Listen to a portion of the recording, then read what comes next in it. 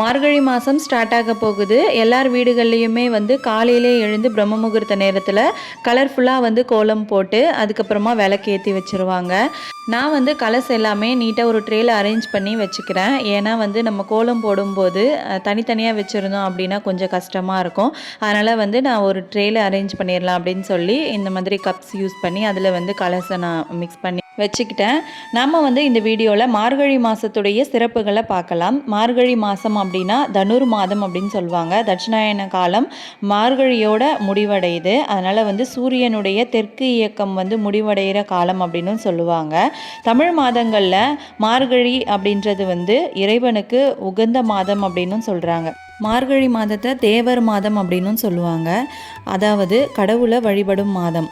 இறைவனை வழிபடுறதுக்காக இந்த மாதத்தை ஒதுக்கப்பட்டுள்ளதுனால இந்த மாதத்தில் எந்த ஒரு மங்கள நிகழ்ச்சிகளும் வந்து யாருமே வந்து செய்ய மாட்டாங்க. எல்லா ஆலயங்கள்லேயுமே வந்து சூரிய உதயத்திற்கு முன்னாடி, அதாவது பிரம்ம முகூர்த்த நேரத்தில் நல்லா வந்து பூஜைகள் எல்லாமே பண்ணி முடிச்சிருவாங்க.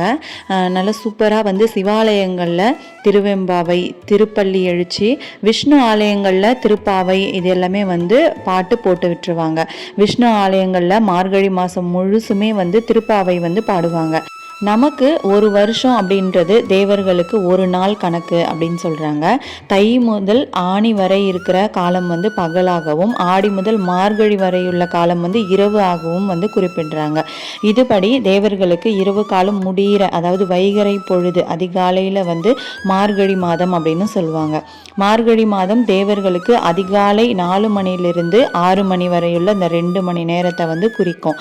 சூரிய உதயத்துக்கு முன்பாக இந்த காலம் வந்து பிரம்ம முகூர்த்தம் அப்படின்னு சொல்லி நாம் அழைக்கிறோம். அதனால் முடிஞ்ச வரைக்கும் எல்லாருமே வந்து இந்த மார்கழி மாதத்தில் கண்டிப்பாக வந்து வீட்டு வாசலில் ஒரு அழகான கோலம் போட்டுட்டு, கலர் அடிக்கலனாலும் பரவாயில்ல, உங்களால் முடிஞ்ச வரைக்கும் ஒரு கோலம் போட்டுட்டு வாசலில் 2 விளக்கு வந்து ஏற்றி வைக்கணும்.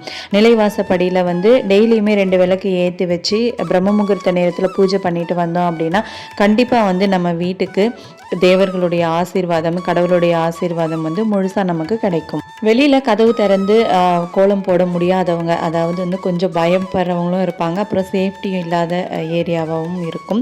அந்த மாதிரி இடங்களில் நீங்கள் வந்து உங்கள் வீட்டுக்கு உள்ளே, அதாவது பூஜை ரூமுக்கு முன்னாடியே குட்டியாக ஒரு கோலம் போட்டுட்டு நீங்கள் விளக்கேற்றி வழிபடலாம். அப்படி பயம் இல்லை, சேஃப் தான் அப்படின்னு யாராவது துணைக்கி இருக்காங்க அப்படின்னா நீங்கள் தாராளமாக வெளியில் வந்து கோலம் போட்டுட்டு கண்டிப்பாக வந்து விளக்கேற்றி வழிபாடு செஞ்சுக்கோங்க டெய்லியுமே.